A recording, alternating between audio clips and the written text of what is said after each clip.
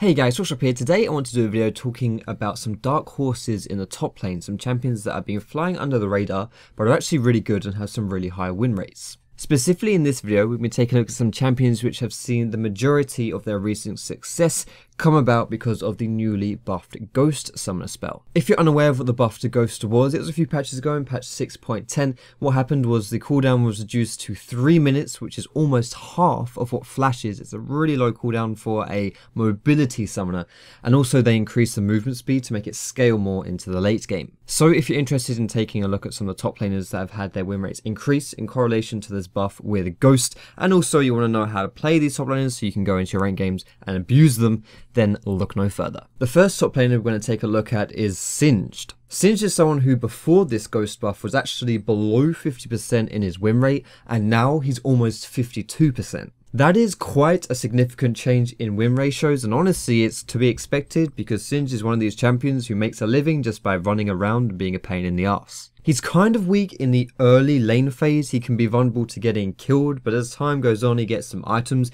he becomes incredibly tanky, and he's also one of these champions who applies a huge amount of pressure just through their split push. Singed isn't the best at taking away towers just by himself, but he can push minion waves very fast, and he's ridiculously slippery to the extent where it's really hard to actually catch him out of position. If League was to have its own gospel written down, probably rule number 1 would be don't chase Singed, and there is a good reason for that because he is bloody fast and he leaves behind a poison trail which he will use to kill you. Singed is someone who applies a lot of pressure in that top lane, but a bit of an underestimated part about him is how well he can perform in those team fights. If he wants to roam away from that top lane and join a fight, he can do it quite easily and be quite useful at the same time. He's very tanky, so he'll soak up a lot of damage. He has a decent amount of utility, nothing special, but if you can flip a carry into your team, then well, they're dead. And he also wields an unexpected amount of damage in his arsenal as well. He's not really someone that like chunks you down, but he's someone where if you stand around him for too long, if he's in a fight for a very long amount of time,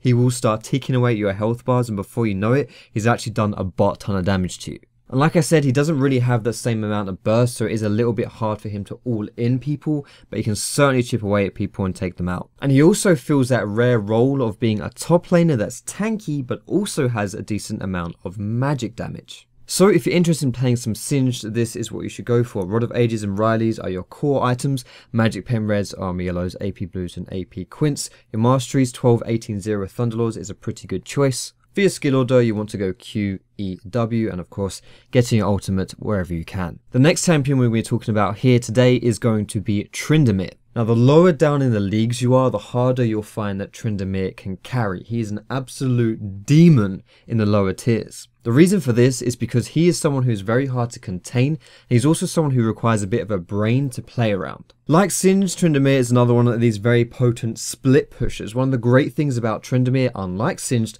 is that he can actually all in people and be a huge threat to them even when diving. Not only does he apply an intense amount of pressure just in his lane because he can push down minions and kill towers very fast because of his heavy AD build, but also if someone comes to try and stop him, it's pretty much guaranteed that he's going to get a kill even if he's in a 2v1 situation. Thanks to Tryndamere's ultimate, which makes him impossible to kill for a few seconds, and because he has a higher damage build, that usually buys him enough time to be able to take someone out. And ultimately, even if you're dying on Tryndamere, if you can take someone down with you, then 9 times out of 10, that's totally worth it in your favour. He also has quite a cheesy early lane phase. If he can hit level 2 before the enemy laner and then go all in on them, chances are he'll almost always blow a summoner and more or less sometimes get a kill as well. Due to the fact that Tryndamere can 2v1 opponents and the fact that he buys a lot of damage in his build, he snowballs really hard. So if you find yourself getting an early kill, or you can push the enemy laner out of lane and get an advantage that way, then it's pretty much curtains for the enemy. However, having said that, it also works on the other side as well. If you don't get ahead on Tryndamere, and specifically if you fall behind on him, you will find yourself feeling quite useless. I mean, as a split pusher, you're never really truly useless because even if you can't fight enemy champions, you can at least just push all day, every day, but you will find it hard to apply the same amount of pressure. He's also not great in team fights because the more people there are around to deal with Tryndamere, the easier it is, well, to deal with him. That sounds pretty obvious, I guess. But generally speaking, Tryndamere does want to go for those 1v1s or those skirmishes. With those last few points that I made, that really does just conclude that Tryndamere is quite a one-dimensional character. If he can't do what he wants to do, then he really doesn't have any other optimal strategies. That may sound kind of obvious because, of course, if you can't do what you want to do, you're not going to be as effective. But generally speaking, most champions will have some kind of strategy they can fall back on, which will still make them useful to a team. Tryndamere, on the other hand, he doesn't really have that. But anyway, if you're interested in playing some Tryndamere top lane, then you should go for these items: Bather and King, Static Shiv, or Phantom Dancer. Infinity Edge and Yumu's are probably the 4 items that you're going to be going for the most. For your runes, either go AD or attack speed reds, go armor yellows, go magic resist blues, and attack speed quints. For your masteries, 18-0-12, going further for battle, and of course getting the extra healing in the resolve tree for your Q healing. Those are good choices. And for your skill order, max your Q, followed by your E, and then lastly your W. And the last champion we're going to talk about today in the holy trinity of ghost top laners is Olaf. This is actually a champion who I think is really strong in the jungle right now as well for similar reasons, but as a top laner I actually think he might even be a little bit better. Olaf is a champion who is extremely strong in 1v1 situations, pretty much entirely due to the fact that he can throw an axe at you, run at you, pick the axe up again, throw it at your face again, run at you, pick it up, and well, you get the idea. The way that Olaf's axes work basically mean that he doesn't have a cooldown when using them, which in these 1v1 situations, especially in that early game, means that you have just an inherent advantage over pretty much anyone in the game. To this extent, I kind of consider Olaf a bit of a cheesy champion because most people don't really expect what he can do, but as he becomes more popular, people start respecting him a bit more, and his cheesiness tends to fall off just a little bit. His lane phase is very solid for these reasons, because he can control minion waves very easily with his axe spam, and also he can kill enemy champions very easily too. But even outside the lane phase, when it comes to team fighting, Olaf is actually not too shabby either. Unlike the last 2 champions we mentioned, his split pushing is not as strong, though it's still pretty decent,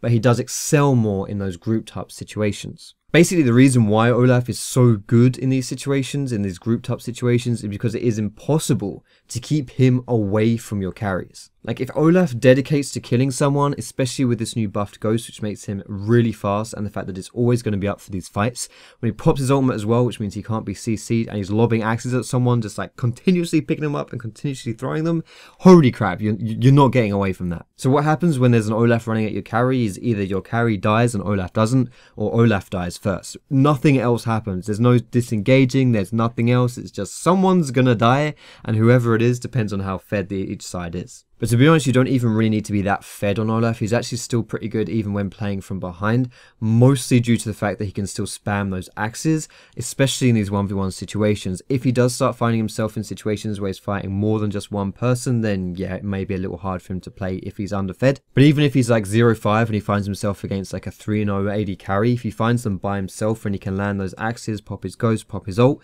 he will probably get that kill quite easily. Having said that, of course, this does mean that Olaf's weaknesses are the fact that he relies quite a lot on his ultimate, he relies quite a lot on landing those axes, and he relies quite a lot on having his ghost up too. Of course, his ultimate has quite a low cooldown, it doesn't cost mana anymore either, and the ghost buff means that that's up more frequently too. So his weaknesses have kind of been shrunken a little bit, which is why he's seeing more play and why he's stronger. But still, you know, if one of these things is lacking, then you can't really function on Olaf, which makes him somewhat one-dimensional. But anyway, some information on how to play Olaf. You want to go for Black Cleaver as your main core item, and then Dead Man's Plate, Spirit Visage, Asterix. Those are all good other options too. Go for AD Reds, AD Quints, Armor Yellows, and Magic Resist Blues, and go 18-0-12 with Fervor for Battle in your masteries. Skill order, max your Q, obviously you're going to be relying on that quite a lot in the game, followed by your W and then your E. So that actually does it for the holy trinity of top laners that we want to talk about in this video, but there is one more that I want to mention here, kind of like a special mention, and that's going to be Hecarim. The reason why I'm putting him as a special mention is because right now he's being played as a jungler, and for good reason, because he's probably the best jungler around. His highest win rates as well are as a jungler rather than a top laner, but he's still a ridiculously strong top. But the thing with Hecarim as well is that he didn't just become really strong because of the new Ghost,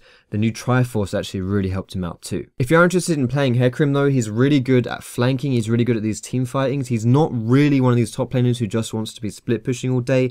Definitely not like Tryndamere, definitely not like Singed. He can flank really well with his ultimate. And he's another one of these champions, a bit like Olaf, who's really hard to keep off of carries. If he wants to go on someone, if he dedicates onto them, it's really hard to stop him from doing what he wants to do. You will have to farm quite heavily on Hecarim though. He is a bit like Olaf in the sense that he's pretty good in team fights and fills a similar role. However, he's unlike Olaf in the sense that he really does need those items to stay ahead and to be able to do what he wants to do. You know, Olaf is someone who doesn't really need items as much because he can just spam his axes, but Hecarim on the other hand, if he doesn't have items, then he can be in a bit of a pickle. For him, you want to go for the Triforce and the Spirit Visage if you've got any excuse to buy it because it's really good if you need the MR, and then maybe Dead Man's Plate as your armor item. Go for an AD rune page and your masteries, you can take a lot of different stuff. Further's actually not so bad, but Stormrage's Surge is good as well, and Grassy Undying is probably the most optimal one. But anyway, that's all I want to say for this video, guys. I hope you enjoyed it. If you did, feel free to give it a thumbs up. You can subscribe to me for more educational content with a bit of entertaining stuff on the side as well. You can find me on Facebook, on Twitter, catch me streaming, twitch.tv/Foxshop. All those links are down below in the description. But most importantly, thank you so much for watching. Have a great day, and I will see you in my next video.